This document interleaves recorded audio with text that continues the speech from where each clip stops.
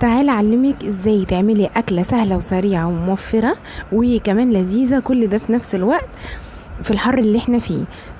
شايفين انا يعني بقدر احول اي حاجه الحواوشي لاني بحبه جدا. النهارده هنعمل مع بعض حواوشي البطاطس، ولو عجبك الفيديو لايك وشير وسبسكرايب لقناتي على اليوتيوب. ويلا بينا نبدأ المقادير السهلة جدا.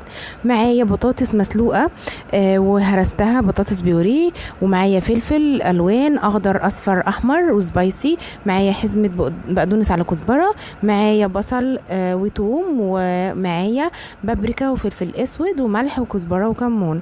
حل على النار وهنزل بالبصل على معلقة زيت ومعلقة سمنة بلدي او معلقتين. الوصفه دي بتبقى حلوه قوي مع السمنه البلدي. انا مش عايزه لون للبصل، انا كده هسخن الوصفه اللي انا هحشي بيها العيش بتاعي. وتقليبتين كده للبصل وضفت عليهم البطاطس البيوري اللي انا سلقاها وهرساها، وهنزل بالفلفل الالوان وبالبقدونس والكزبره الخضراء، وكمان بالتوابل بتاعتي ورشه جوز الطيب لو حبيتي، بس رشه جوز الطيب دي بتخليها تحفه جدا. وهقلب كل المكونات دي في بعض كده. الوصفه بتاعتي بقت سخنه وجميله، ما اديتش البصل اي لون زي ما قلت لكم على النار. شايفين طبق البطاطس نقلته في بوله تحفه والوان وجميل.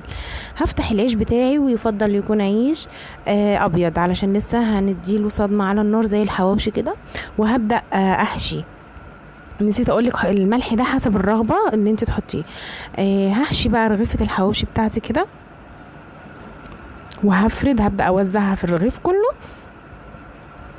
عايزه اقول لكم وصفه حلوه جدا جدا، تنفع غدا عشاء فطار جنب شويه مخلل.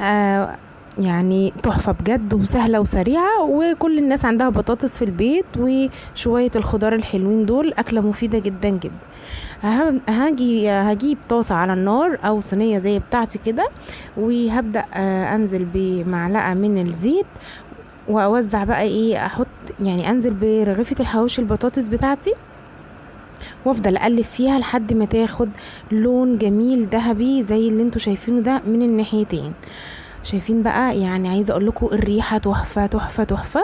ممكن تضيفي له جبنه، بس انا ما ضفتلوش جبنه، انا نفسي تجربوه كده لان طعمه خطير. البصل مع الخضار مع الثوم مع الكزبره تحفه يا جماعه، لازم تجربوها.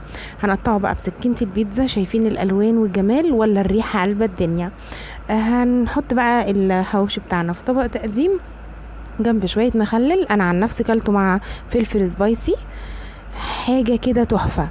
يا رب تجربوها وتعجبكم.